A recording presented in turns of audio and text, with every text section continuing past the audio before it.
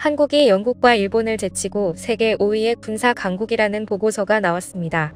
이는 지난해 6위보다 한 단계 상승한 수치인데요. 군사력 1위 국가는 미국이었고 2위 러시아, 3위 중국, 4위 인도에 이어 6위는 영국, 7위는 일본입니다. 해당 자료는 핵무기와 생화학 무기 등 실질 보유 확인이 불가한 비대칭 무기를 제외한 순수 재래식 무기 및 첨단 군사 장비류와 국방비, 병력수, 작전 수행 능력, 군수 지원력 및 전쟁 수행을 위한 경제력 등 60개 이상의 개별 항목 지표를 활용해 산출하고 있는데요. 반면 북한의 군사력은 한 계단 하락한 36위에 그쳤습니다. 세계의 눈에 비친 한국의 군사력은 얼마나 강할까요? 최근 미국의 민간 군사 전문가들이 북한의 전쟁 개시 가능성을 경고했습니다. 이어서 미국 정부 쪽에서도 같은 전망이 나왔습니다. 지난 25일 뉴욕타임스는 미국 정부 관계자들이 북한이 몇 달 안에 한국에 치명적인 공격을 가할 가능성이 있다는 전망을 내놨다고 보도했습니다. 이 관계자들은 김정은의 최근 발언과 북한에 잇따른 미사일 시험 발사는 한국을 압박해온 기존의 패턴을 뛰어넘는 수준이라고 지적했습니다. 하지만 전면전이 임박했다는 신호는 없다는 것을 분명히 했습니다. 지난 2010년 연평도 포격 때 한국의 강한 반격으로 상황이 조기에 종료된 사례를 들면서 김정은이 공격하더라도 한국이 곧바로 통제할 것으로 전망했습니다. 대한민국 육군의 기계화 전력과 포병 전력은 세계에서도 최고로 꼽힐 정도로 강력하고 국토 면적과 인구에 비해서도 매우 거대한 군사 규모를 자랑기 때문입니다.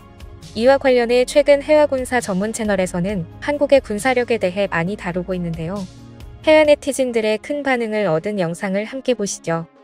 Billion with a B in new orders to the South Korean military complex in 2022 alone. And take note because more money is on the way. And do you know what this means? It means that what is set to be one of the largest NATO armies in Europe, if not the largest of all, will be largely and even mainly equipped with South Korean weapons. Why is Poland going to rebuild its armed forces with South Korean weapons? Well, there are four main reasons for this. The first, of course, is the speed of delivery.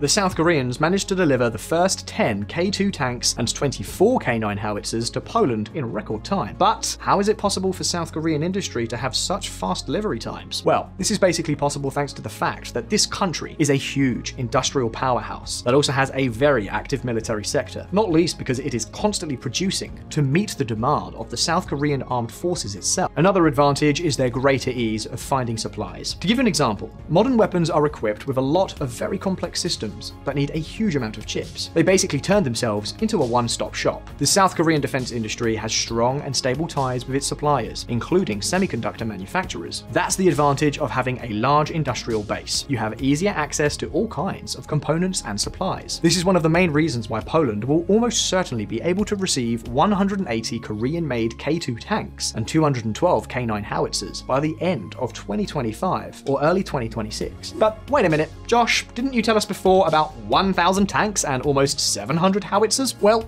yes, well spotted. And here we come precisely to the second reason why buying arms from South Korea is much more attractive than from other major exporters. Do you understand what I mean? Well, the South Koreans are very flexible when it comes to authorizing the manufacture of their weapons abroad through licensing. Business is business. Unlike the United States, which is very restrictive in allowing its advanced military technologies to be manufactured outside the country, the South Koreans have no major problems with that issue. Let's just say that their primary goal is to win the contracts. And so, after the deliveries of the tanks and howitzers purchased by Poland that are manufactured in Korea are completed, it will be the Poles themselves who will manufacture the more than 800 tanks and almost 500 howitzers to complete the rest of the contract. In other words, these will be manufactured in Poland and not in Korea. Now, what are the advantages of this? Well, on the one hand, for countries interested in investing large sums of money in defense, it is much easier to justify and more popular with the public if the bulk of these weapons are manufactured at home. And then on the other hand, this also makes it faster to complete the production of the weapons, since they are not depending on a supplier in a distant country to produce them. So it's a win-win situation. Arms, jobs, and an industrial base for the buyer, and profits for the seller. Sounds pretty good, right? Well, if these two might already seem reason enough to understand the choices of countries such as Poland, the truth is that there is even more. I'm certain that many of you may be thinking that one of the reasons that weighs the most in the equation are the prices. And it is true, South Korean weapons are cheaper than those of other Western countries. For example, take the case of the K9 self-propelled howitzer from the Hanwha group. You see, two of its main competitors in terms of performance and capabilities are the French Caesar and the German Panzerhaubitze 2000. All three are technologically advanced howitzers with similar performance and NATO standard 155mm caliber. To give you an idea of the competitive advantage the South Koreans have, while a French Caesar costs about $7.5 million and the German PZH 2000 costs up to $10 million, a K9 Thunder costs only $4 million, less than half the price of the German model. And you may be wondering, so what's the catch? Well, the truth is that there isn't one. It is merely a question of cost and economies of scale. The South Korean military has a heavy demand for artillery equipment and supplies because of the threat posed by North Korea. This has meant that both the military and manufacturers are constantly expanding and upgrading their artillery equipment to fire farther and farther and with increasing accuracy against North Korean ground targets. The Germans, for example, are the opposite. Their military is hampered by years, decades of disinvestment, and their military companies have much less local demand, which makes it more difficult to maintain profitable production lines at low prices. South Korean weapons have been modernized and have reached levels of sophistication and complexity that are already not far behind many of the best US weapons. For example, although it is far from the only equipment with a high level of sophistication, there is the case of the K239 Chunmoo multiple rocket launcher system. Those of you who support us on Patreon already know the many details about this impressive system because we told you about it in a recent weekly snapshot bulletin. The K239 Chunmoo has been dubbed by military specialists as the closest alternative to the US HIMARS. This equipment has become incredibly popular since the war in Ukraine. And take note, because the South Korean one is about 20% cheaper. The Chunmoo is a multiple rocket launcher system developed between the South Korean Agency for Defense Development and Hanwha Defense Company.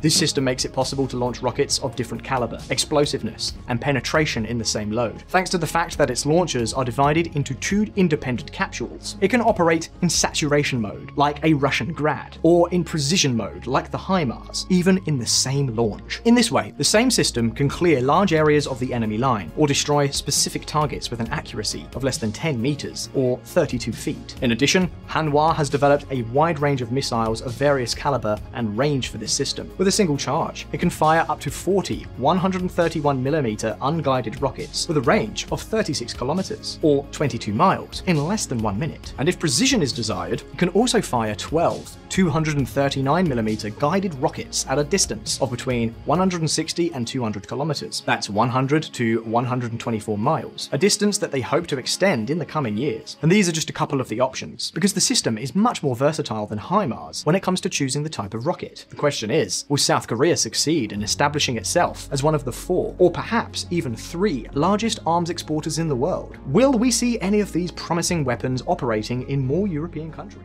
지금까지 꿀튜브였습니다. 오늘 영상이 도움되셨다면 구독과 좋아요 부탁드리고요. 앞으로도 꿀튜브 채널에 많은 관심 부탁드립니다. 감사합니다.